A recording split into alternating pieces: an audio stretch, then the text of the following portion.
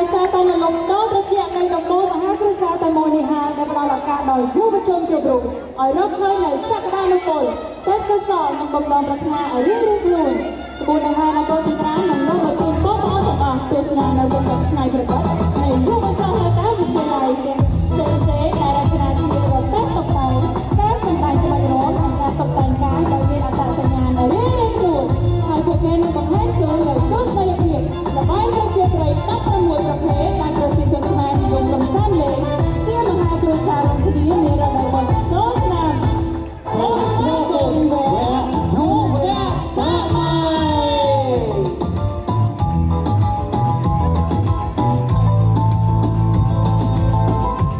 ហើយនៅនឹងបង្ហាញខ្លួនដំបូងគេនោះគឺថែមមនុស្សយន្តអនាគតដោយយុវសាស្ត្រនៃសាលារៀនចំនួនថ្មីវិទ្យាល័យព្រះស៊ីសុវត្ថិសាលាចំនួនថ្មីវិទ្យាល័យព្រះស៊ីសុវត្ថិនឹងបង្ហាញអំពីល្បែងប្រជាប្រិយខ្មែរល្បែងស្ដាប់ចំអាដាមនេះគឺលោកស្រីណាជំនួយល្បែងប្រជាប្រិយស្ដាប់ចំគឺគេបានតែជាទីក្រុងតែមួយក្រុមជាបរិបទមួយក្រុមជានារីពីច្រើនល្បែងតែជួយដល់លេខនៅក្នុងអាកំជួយឆ្នាំតែក៏បីជាខ្មែរដល់ជ្រើសចាស់ម្នាក់ដែលជាស្ដាប់ហើយបន្តប្រទេសទាំងពីរក្រុមចាក់ខាងនារីនិងយកការសុខខ្លះចាស់ឈ្មោះអ្នកណាម្នាក់នៃក្រុមបរិបទប្រសិនបើដើរចូលតាមឈ្មោះនោះនឹងត្រូវចា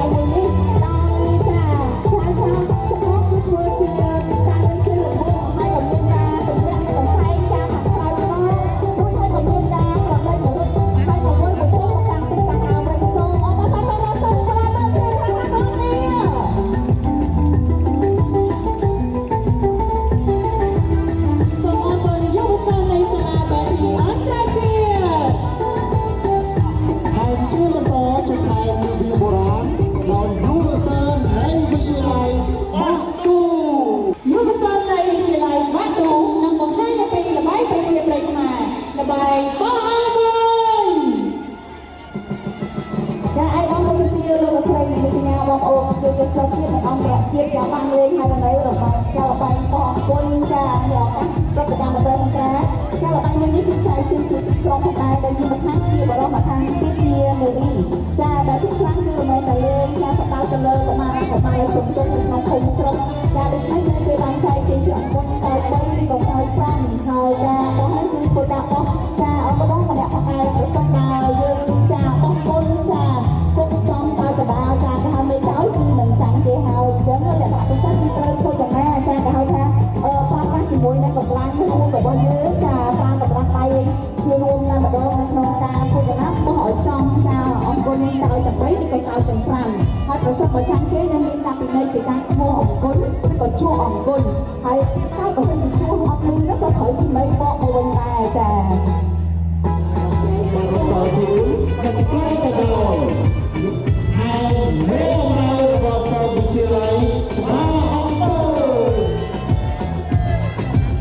វិទ្យាល័យច្បារអបអរនៅបង្ហាញអំពីល្បែងប្រជាប្រិយខ្មែរល្បែងទាញព្រ័ត្រ ហើយនឹងជំរាបជូនជាមួយនឹងបាយទីនោះក៏សូមអបអរសាទរជាមួយនឹងក្រុមខ្មែរដែលបានដាក់ចុះបញ្ជីបេតិកភណ្ឌពិភពលោកចាដល់ឱកាសយុទ្ធនីស្តូតាពីថ្ងៃទី2ខែធ្នូឆ្នាំ2015ផងដែរសូមអបអរសាទរបាយទីក្រុមខ្មែរខ្លាំងៗទាំងអស់គ្នាចំពោះសារៈសំខាន់នៃក្នុងការលេងល្បែងទីក្រុមខ្មែរចាគឺយើងលើកបាយចែកចេញជាពីរក្រុមចាហើយប្រសិនបើការលេងនៅទីផ្សារគឺយើងប្រើកម្លាំងជាមូលដ្ឋានគឺចាក្រុមរៀនធួក៏ត្រូវតែមានការស្ដាប់លើចាមានកិច្ចសហការគ្នាដ៏ល្អដើម្បីធ្វើយ៉ាងណាឲ្យកម្លាំងរួមគ្នាដើម្បីមានភាពទៅលើក្រុមម្ខាងទៀតផងដែរហើយល្បែងតែដល់រំលឹកនៅក្នុងព្រឹត្តិការណ៍លោកក៏សិក្សានិងរបស់បងបានតាមបានទស្សនាជាមួយនឹងការជួបជុំប្រវែង250ម៉ែត្រចានៅទីនេះគាត់តែម្ដងកាលពីថ្ងៃទី1នៃព្រឹត្តិការណ៍លោកក៏សិក្សា រូបសាស្ត្រនៃវិទ្យាល័យឬសេកៅ វិទ្យាល័យសេកៅនៅបង្ហាញអំពីល្បែងប្រជាប្រិយខ្មែរដូចគ្នាល្បែងរាវបង្ក ចាល្បែងរៀបបង្កងហាក់បីដូចជាចាផ្នែកកំណត់ព្រោះថាសិនតែអត់ដែរស្គាល់ឬក៏មិនគួរបានលេងនៅឡើយនេះទេបងប្អូនទាំងអស់គ្នាប៉ុន្តែល្បែងរៀបបង្កងនេះជាសោតគឺតំណាងនៅចាគេហៅថាសម្រាប់បងប្អូនដែលគាត់លេងនេះគឺតំណាងនៅមនុស្សនេះទេចាជាមួយនឹងការយើងនេះគឺគេប្រើប្រាស់ជាកន្សែងដើម្បីចូលមុខអ្នកដែលចាញ់គេអញ្ចឹងហើយនឹងមានចាគេហៅទូនីតិនៅក្នុងការចាក់វាឲ្យបានបើសិនបើចាប់អត់បានគឺនៅទៅវារហូតចាទាំងមុនយើងអាចចាប់អ្នកណាម្នាក់បាននៅក្នុងសមាជិកនៃការលេងចាទៅយើងមានសិទ្ធិការផ្លាស់ប្ដូរមួយម្ដង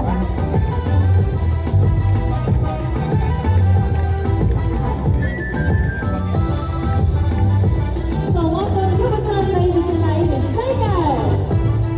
ហើយជាបន្តចំណែកនៅវិទ្យាសាស្ត្រនៅបច្ចេកវិទ្យាដោយយុវសាស្ត្រនៃសាលារៀនចំនួនថ្មីវិទ្យាល័យប្រេមី សាលាចំណុចថ្មីវិទ្យាល័យប្រៃមីក៏ជួបជាមួយនឹងល្បែងប្រជាប្រិយខ្មែរដូចគ្នាល្បែងស្វាបន្តាយជាចៅ ចាគឺជាប្រភេទល្បែងជាប្រភេទខ្មែរដ៏កំពុងតែពេញនិយមនាពេលបច្ចុប្បន្នក្នុងឱកាសបុណ្យចូលឆ្នាំថ្មីប្រពៃណីជាតិខ្មែរនៅតាមចាប្រពន្ធស្រីរបស់អ្នកឯកជនចាក្នុងបានចារៀបចំជាមួយនឹងការបោះសាទរឆ្នាំថ្មីហើយក៏មានជាមួយនឹងការលេងល្បែងកម្លាំងទឹកជើងនេះផងដែរដោយប្រើប្រាស់កម្លាំងជាមួយគ្នាហើយមានបន្ថែមបរិបទបន្ថែមជានារីចាគឺគេអាចនឹងដាក់ចាជាហើយចង់ឈ្មោះក៏បានហើយជាលេខក៏បានចារបៀបបរិបទនឹងនារីចាតម្រាំម្នាក់ៗដើម្បីធ្វើការដណ្ដើមស្លឹកឈើតែស្លឹកឈើគឺជាចំណុចដដែលប្រសិនបើខាងណាក្រុមខាងណាអាចចាលាក់ទឹកស្លឹកឈើរបស់ខ្លួនដៃទីរបស់ខ្លួនមួយដោយជើងនេះគឺឈ្នះតែម្ដង សូមអរគុណយុវជននៃសាលាចំណុចថ្មីវិទ្យាល័យប្រៃមី ហើយជាបន្តចំណែកមកឆានៅក្នុងនៅមេគង្គដោយយុវសាស្ត្រនៃវិទ្យាល័យ វិទ្យាល័យគឺមានផ្លូវចម្បាក៏បានជួបជាមួយនឹងល្បែងប្រជាប្រិយខ្មែរមួយដែរល្បែងលោកអង្រែ តែចំពោះប្រភេទល្បែងព្រៃលោកអង្រែចានេះគឺអាចចាលោកម្ដងម្នាក់ក៏បានលោកជាគូក៏បានលោកជាក្រុមក៏បាននៅពេលបច្ចុប្បន្នល្បែងយកអន្ទាក់នេះក៏ប្រើប្រាស់ចាជាចាគេហៅថា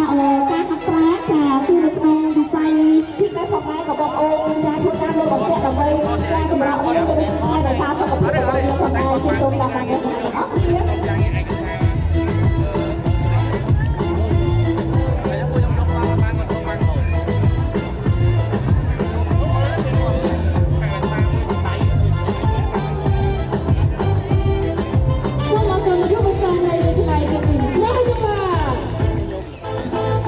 ជាបន្តជាផ្នែកសួនការរបស់យុវសាស្ត្រនៅវិទ្យាល័យ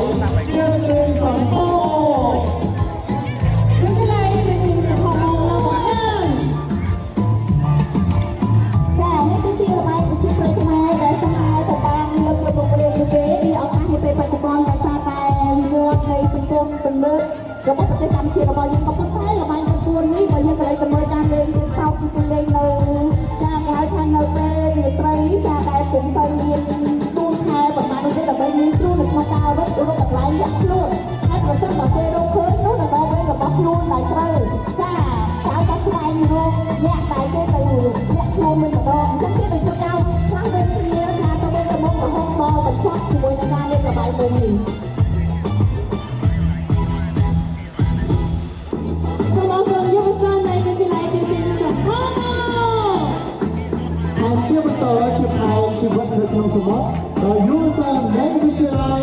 អន្តរ และពេលនេះក៏បានជួបជាមួយនឹងល្បែងក្រៅឬក្នុង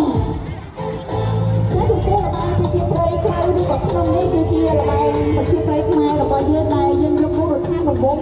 ចាជាមួយរត់ខាងតែម្ដងដែលមានម្នាក់គឺជាអ្នកចាំចាក់គេហើយនឹងជាក្រុមចាដែលគាត់ស្ថិតក្នុងរង្វង់ហើយគេសោតគេដែលក្រៅពីក្រៅបើក្រៅគឺរត់ចេញក្រៅបើក្នុងគឺរត់ចូលក្នុងហើយប្រសិនបើគេប៉ះបាននោះនៅត្រូវផ្លាក់វេ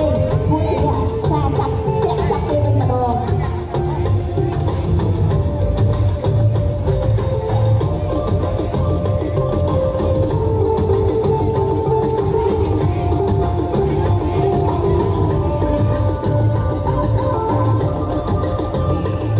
ហើយជាបន្តជាផ្នែកបង្ហាញរបស់យុវសាស្ត្រនៃសាលារៀនវេស្លា រៀនពីល្បែងប្រជាប្រិយខ្មែរល្បែងខាងម៉ែគួ អរគុណលោកគ្រូលោកស្រីសម្រាប់ល្បែងមួយនេះគឺការសំខាន់មួយខាងចម្បងគឺទៅលើ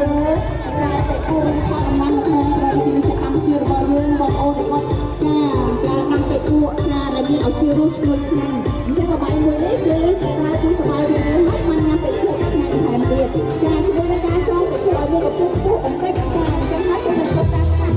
ចាអរគុណគ្នាចាទៅតាមចំនួនផងដែរអាចទៅជួយអ្នកឡើងទៅចាអ្នកណាដែលញ៉ាំពីគូអស់មួយទេនឹងទទួលបានជ័យជំនះចាគឺគេស្រួលតែមែនតើ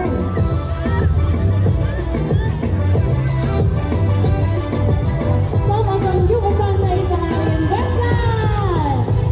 ហើយជាបន្តជាផ្នែកដ៏អុកទូដោយសិស្សនិស្សិតនៃវិទ្យាល័យចំណុចទូទៅនៅបច្ចេកទេសអនសែនជំនួស ហើយនឹងបច្ចេកទេសកំសាន្តចំពោះវត្តនិងបង្ហាញពីល្បែងប្រជាប្រិយខ្មែរល្បែងនៃកាប់ជាគូ ថាដែលគួរជាប្រភេទល្បែងប្រជាប្រិយខ្មែរផងដែរបានរងនឹងបានលើកយកមកលេងខ្លាំងណាស់ហើយជាល្បែងប្រជាប្រិយនៃចាប់ជាគូនេះគឺតាមសំខាន់ទៅលើការដែលយើងសហការគ្នាជាគូចាបានន័យថាក្នុងប្រព័ន្ធជាអ្នកមួយហើយបើយើងចាត់តាំងចាទៅតាមការសម្បត្តិខាងក្នុងអ្នកណាគូណាដែលចាំគេនឹងមានចាទីត្រូវតែចាចាប់គេឲ្យបានចាគឺត្រូវតែប្រើប្រាស់កម្លាំងរបស់គេជាមួយខាងនោះឲ្យបានយើងចាប់គេឲ្យបានទើបយើងមានសិទ្ធិចាអ្នករបស់យើងអាចនឹងឲ្យអ្នកទៅចាប់គេវិញម្ដង សូមអរគុណយុវសាស្ត្រនៃវិទ្យាល័យផ្នែកវិទ្យានិងបច្ចេកទេសហ៊ុនសែនជំនួស វិទ្យាល័យជាទីសម្រាប់រងនឹងបង្ហាញពីល្បែងប្រជាប្រិយខ្មែរល្បែងលោក ចាំបងបងស្នេហ៍ជាទីគោរពជាត្រៃចំពោះល្បែងប្រជាប្រិយលោកម៉ៅនេះក៏បន្តចាលើកយកមកលេងកម្សាន្តក្នុងឱកាសបុណ្យចូលឆ្នាំថ្មីប្រពៃណីជាតិខ្មែរដូចគ្នាមួយខាងចម្បងគឺប្រើប្រាស់ជាមួយនឹងបាតុចៃចាដែលជាបាតុចៃកំពុងតាមជាយើងហើយពិសេសចាគឺមានការកៅថាលបងកម្លាំងហើយអាស្រ័យទៅលើកម្លាំងរបស់អ្នកលើកឡើងផ្ទាល់ចាបើសិនអ្នកគីឡូរៀងចាគីឡូស្ពតស្ទីករៀងគីឡូតិចលើកលឿនតើទៅរៀងគីឡូលើករៀងរៀងបាក់លើកតិចចាតែអាស្រ័យទៅលើតិចនៅបច្ចេកទេសផ្ទាល់ខ្លួននោះទេពីច្រើនជាមួយនឹងល្បែងមួយនេះគឺតែមានការលេងហើយនឹងជាមួយនឹងចាគេហៅថាសម្រាប់ការប្រកួតនេះក៏តែងតែទទួលបាននៅរង្វាន់លើកទឹកចិត្តផងដែរ សូមអរគុណយុវសាស្ត្រនៃវិទ្យាល័យជាទីសម្រាប់រង ហើយជាបន្តជាផ្នែក Hot Air Balloon របស់អង្គការមួយ កម្ម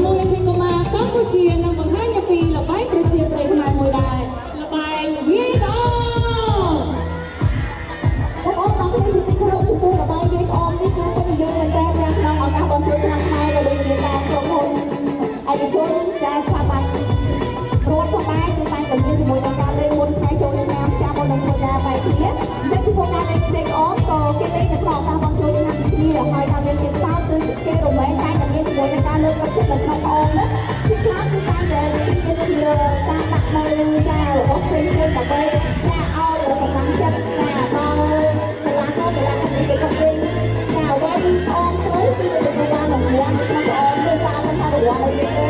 ហើយចំពោះការលេងនេះគឺគេតាមដាក់ជាមួយនឹងអមចាឲ្យផលិតដល់ចាហើយថាប្រជាជនខ្មែររបស់យើងហើយអមបងប្អូនហ្នឹងគឺយើងយកមកពីខេត្តកំពង់ឆ្នាំងអរគុណច្រើន សូមអរគុណយុវជននៃអង្គការមូលនិធិកុមារកម្ពុជា ហើយចុងក្រោយគេដែលលើកយកមកបង្ហាញនោះគឺខេត្តខិតរបស់សាលាវិទ្យាល័យ គេđãបង្ហាញដោយវិទ្យាល័យព្រះស៊ីសុវត្ថិជាល្បែង3ដក1 ចាល្បែង3ដក1គឺសំដៅទៅលើចាចំនួន3ចាបើសិនបើចាលើក3គេនឹងដក1អញ្ចឹងត្រូវតែធ្វើការចាហៅថាយើងព្រឹកចាយើងត្រូវតែស្វែងរកទីតាំងណាដែលគេមានអ្នកដើម្បីចូលដល់ទីខាងមុខចាដើម្បីឲ្យទីតាំងឈរហើយប្រសិនបើយើងលើកយើងត្រូវតែដកចេញចាអញ្ចឹងបើសិនជាចាដក3ត្រូវដកចេញ1ចាក៏សូមអរគុណដល់អ្នកចូលទាំងអស់ផងដែរស្ញាប់សរសើរដល់ប្រភេទរបស់តំណាងខ្មែរដែលបានបង្កើតនៅល្បែងប្រជាប្រិយដ៏ពេញនិយមសម្រាប់បងប្អូនចាដែលលេងគ្រប់ចំនួនរហូតដល់ពេលបច្ចុប្បន្នហើយក៏ត្រូវបានដាក់បញ្ចូលល្បែងប្រជាប្រិយរបស់ខ្មែរនៅចំនួនដែលបានដាក់បញ្ចូលនៅក្នុងសមត្ថភាពបេតិកភណ្ឌពិភពលោកពិតជាគួរឲ្យស្ញប់ឆ្ងាយខ្លាំងមែនទែន សូមអរគុណវិទ្យាល័យព្រះស៊ីសុវត្ថិសូមស្នើតែដៃលើកទឹកចិត្តយុវជនរបស់យើងទាំង16វិទ្យាល័យទាំងអស់